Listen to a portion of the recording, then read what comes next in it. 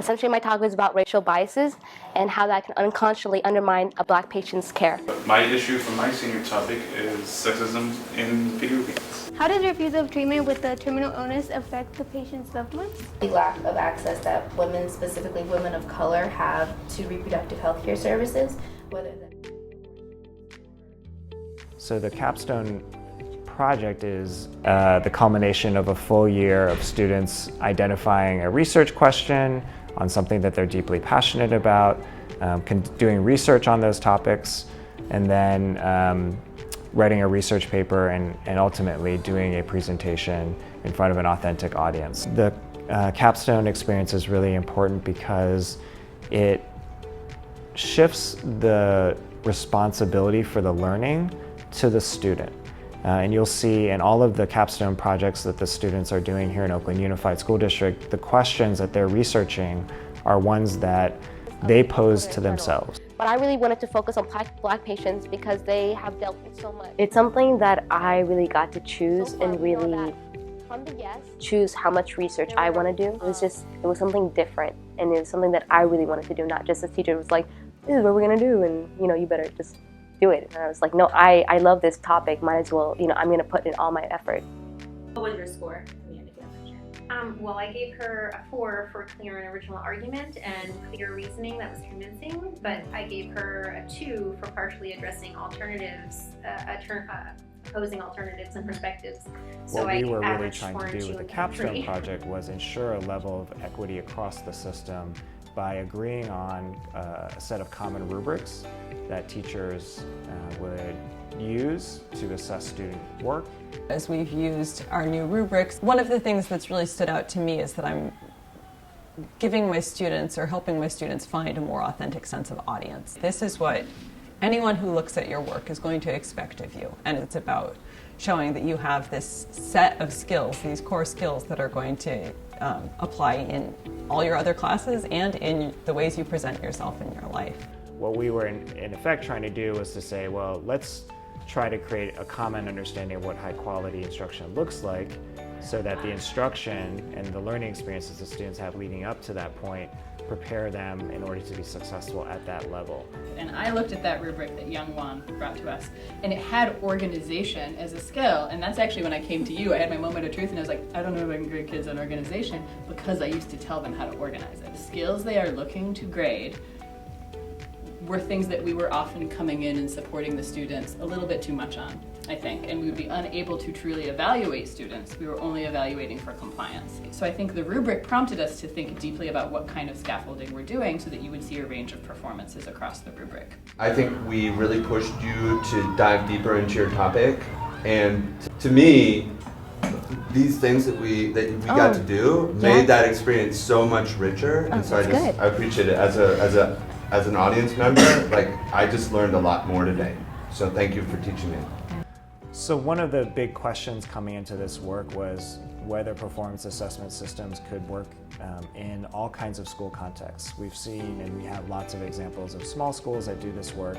And here in Oakland, we actually have examples of the large schools that have also embraced performance assessment work and are doing it really well.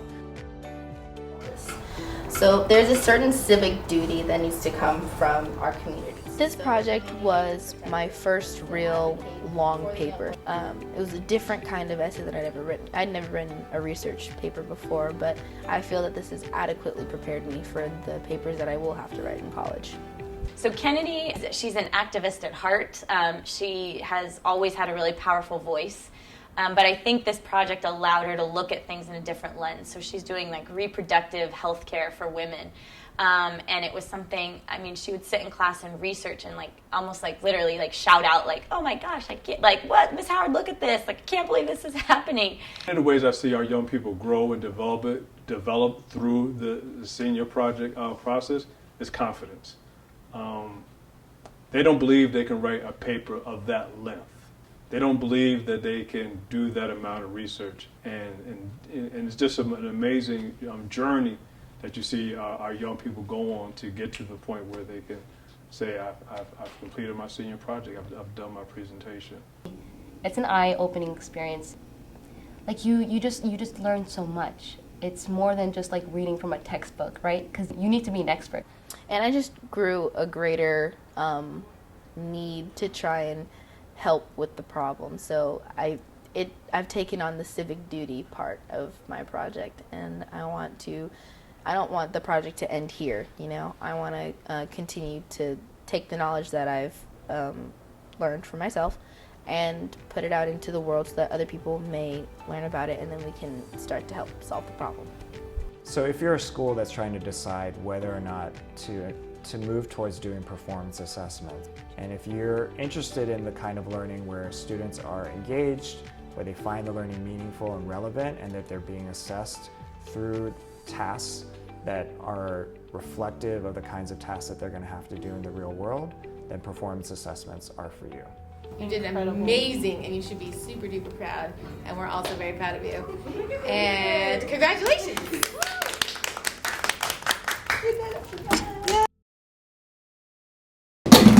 So you passed with honors. Ooh, okay, I'll take it. Congratulations. Nice job.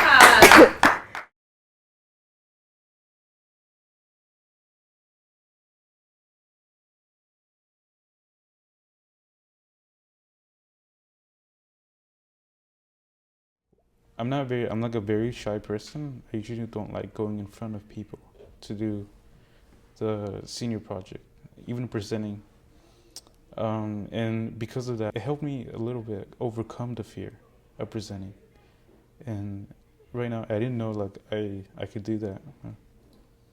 One of the things that we've been doing with the support of Young Won Choi in the district is trying to build in more of a sort of civic awareness and engagement into what we're asking our students to do, so that it's not just about completing an academic requirement, but about tying their academic skills to real social and community problems.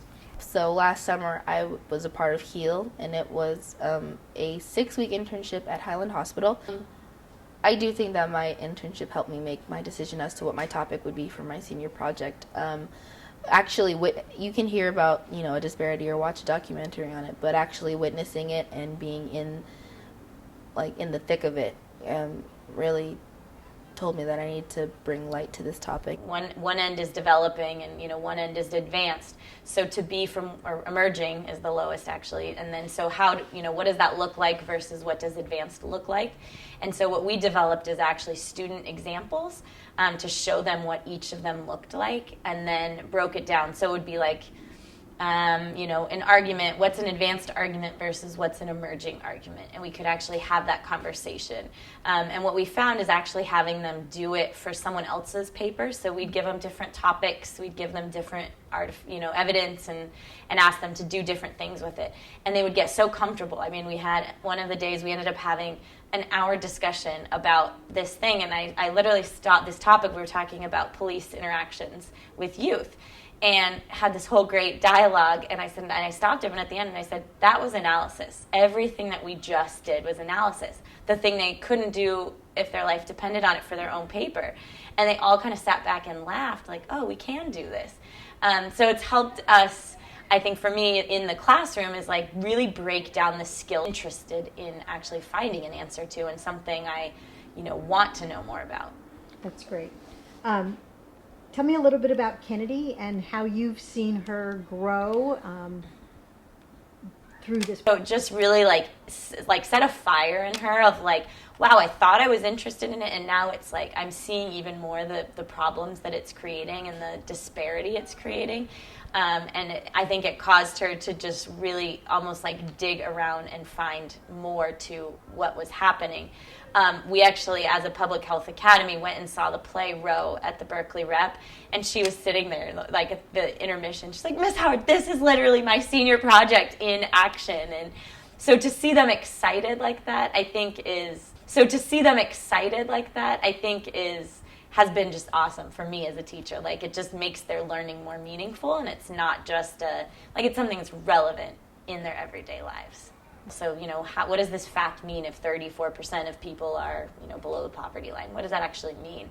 So taking information and actually making it relevant to themselves, which I think is something, they can use no matter where they go. I would say in the 10 years that I've been here, we've tried to turn it from a graduation requirement, a checklist, to something that students can actually internalize as something beneficial and meaningful to their lives.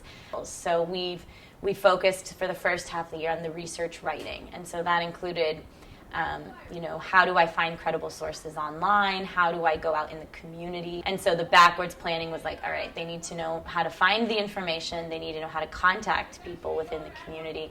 And then how do they take that, their interests, turn it into a research question, and then from that question then develop an argument with supporting claims that they use incorporating evidence. I think the two elements, the research writing and oral speaking skills, are crucial in either if they go straight to work, if they're in college, just knowing how to navigate the world around them. I found that my thesis came to a disparity still exists in access to equal reproductive health care based on social and economic factors that negatively impact many subgroups of women. What can we do to solve this? So there's a certain civic duty that needs to come from our communities. So communities need to protect their own. We need to advocate for the young women and any woman in general in our communities that they need access to these health services, whether that be free clinics, whether that be just someone opening up a new healthcare facility that is open to all people, regardless of your insurance, regardless of your pre-existing conditions, because many people are struck out from receiving health care because of pre-existing conditions. I want to build off of what I just like appreciation for taking on such like a important topic and a relevant and pressing topic, and one that clearly you're personally impacted by. So it's just a deep appreciation for this, and it's a complex issue. Give Marwa a task and she will do it to the nth degree. She'll do an amazing job on anything you ask. So for her, it's been growth on how do I figure out what I want to do? How do I design a project? How do I create my own limitations and spaces to actually get meaningful work done? Martha, I think one of the big things that I've been really impressed with her is her ability to really dig into one issue. And she started looking at the refusal of medical treatment because she has a really personal connection to that, and that's something that's happening within her family. And she started reading and researching that in October. And I find that it's really rare that a kid will grapple with the same issue from October through May and not get super tired of it. This project has helped me prepare for college because I've learned how to research. I never really knew how to seek out what sources were right and what evidence to use. So I really feel like in college I know now how to tell if a claim is biased or credible from this project, because that's what the graders really look forward to, whether your evidence is biased or not. And before this, I didn't really know how to tell whether something was biased or not credible. I kind of just seen some words and went with it. So Kennedy, I've known her just actually this school year. So, but when she started, I think she's I feel like an activist at heart. She has always had a really powerful voice, but I think this project allowed her to look at things in a different lens. To get heart disease, STDs and STIs, as well as uterine and ovarian cancer. So how did I come to this research question? It's been a long-standing issue. It's not as if that it popped up out of the blue. It's been a problem for as long as this country has existed, and probably even longer. It's also a feminist issue. I identify as a feminist, and with that, I think that everybody should have equal access to healthcare regardless of their gender. This project was my first real long paper. It wasn't just a sit down for a couple days and do 5 paragraphs. It was find your research, find how is that comprehensible to the people who are going to be reading it. Do I have to explain further than what's already in the evidence? It was it was a different kind of essay that I'd ever written. I'd never written a research paper before, but I feel that this has adequately prepared me for the papers that I will have to write in college. There is a really important conversation that people have to have about what they care about students graduating high school with. And that conversation about the competencies and the knowledge and the skills that students are going to walk out of high school with really is about setting a very clear vision and direction for the school site. And that allows teachers to work together towards something. Yeah, I think it gives us a really good opportunity to talk about rigor in a way that is not theoretical, but very concrete, because there's a specific product that we all are responsible for in some ways. We're instructing the class, but the way that I put it to the kids is I'm like your coach. Like, I'm not going to be grading your paper. I'm not going to be grading your presentation. I'm going to coach you up in the best way that I know how. If I see you making a mistake, I'm going to like make a suggestion. I'm going to do a mini lesson. But this space is more about me coaching you to pass through your graders. And so it's not just between me and you. There's like a whole community of folks that your work is accountable to. And this is more like very, very structured office hours than it is like an English class, which I think is a shift that I have not totally made that I would make for next year if I was doing it again. And we're in the middle of a big experiment, basically, of taking away a lot of the scaffolds that had previously been part of the senior capstone project. Because we believe that students have already gotten that scaffolding at the lower grade level, and now it's kind of the moment of truth. It's their last semester before college. We want to see if they can do the same thing if the scaffolds are removed. So when that checklist of skills goes away, our conundrum is what do we replace it with so that students are still getting support, but the support is more qualitative and less quantitative. Are the parts there? Did you do all the things we told you?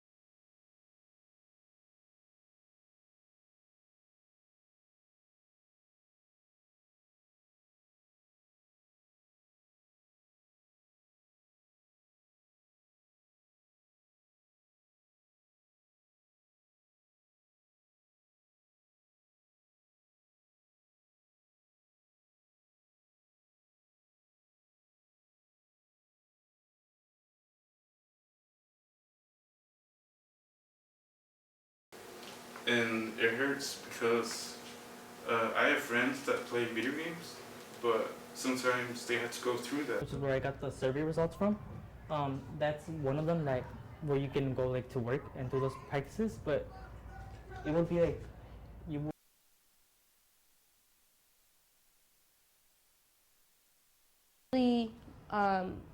I really suggest that medical students take the IET test every 6 months, right? And after every 6 months, they would have these educational plan.